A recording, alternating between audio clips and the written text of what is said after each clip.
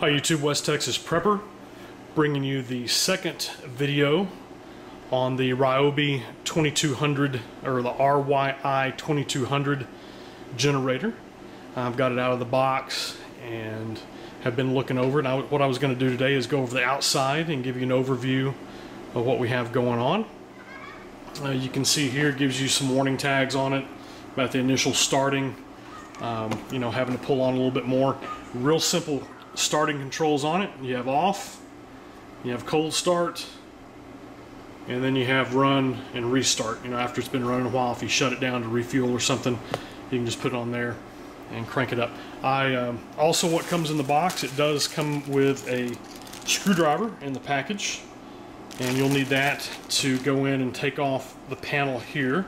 That's where the oil comes in. It also comes with a battery charger. That's what these cables are for. I'll go into more detail on that. And they also include the 4-cycle engine lubricant. This is a 10W30. You see that there? I've still got it in the bag. I haven't even oiled it. Sorry about that. Haven't even oiled it up yet. But I will probably go in and look at getting a little bit better quality oil. If you have any suggestions, maybe a synthetic, since this is going to probably sit without being used a lot. Would a synthetic oil be a little bit better to sit in here versus a normal oil? This is the left-hand side from the front. It has your starting controls, has the pull cord, and then it has the access panel to get in and do the oil. Stickers on that. So, it gives you a nice label up here on the top about the different fuels you can use. You can use ethanol free or E10, not to use the E15 or the E85.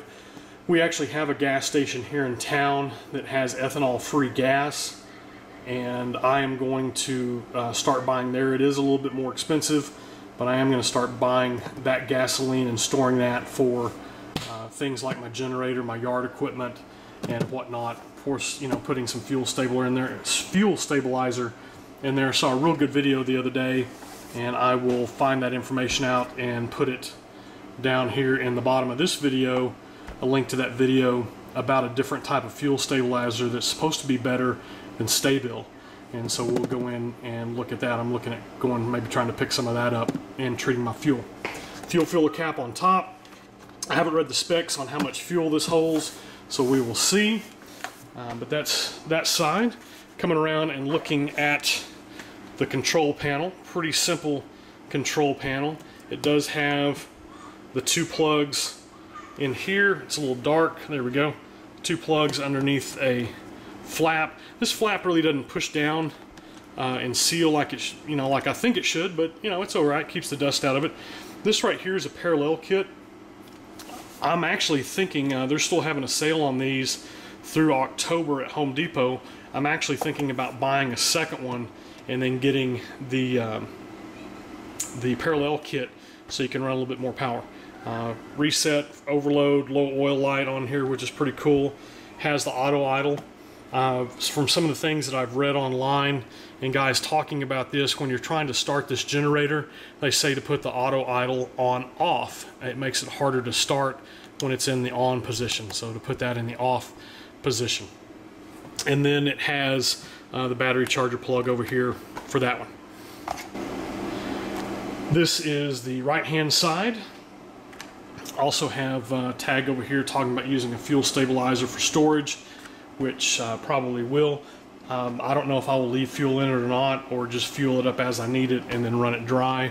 That will remain to be seen. I will do some more reviews on this and go and open these panels up for a second, for subsequent videos, and do that. I'm really excited about the overall design. It's very compact, very streamlined, has good aluminum handles that are bolted in. Got a solid bolt, goes all the way through. Down on both ends. It's 56 pounds, I think. I haven't weighed it on the scale, and that is without fuel or oil. Has real good, almost like a skateboard or inline skate wheel, polyethylene wheel down here. It rolls real smooth, real nice. One other thing I like about this, It does have a or a pull handle on it when you get it down on the ground. I've read some things on it that being it's a short stubby wheelbase on it, it's probably not going to be too sturdy, but if you're on some good smooth terrain, this would be great for moving it around. We'll see if the handle's long enough. I'm almost 6'3", and so you know, handles on things and pull things like that, sometimes I wind up bending over to do that, but we'll look at that and do that. But that's an overview of the controls. Pretty simple.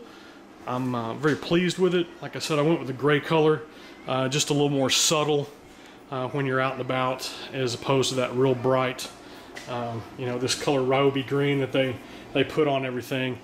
This is a little more subtle for whatever we would be doing. But I just wanted to bring you a quick video on that. Appreciate you watching YouTube. This is West Texas Prepper. Do what you can with what you have, where you're at.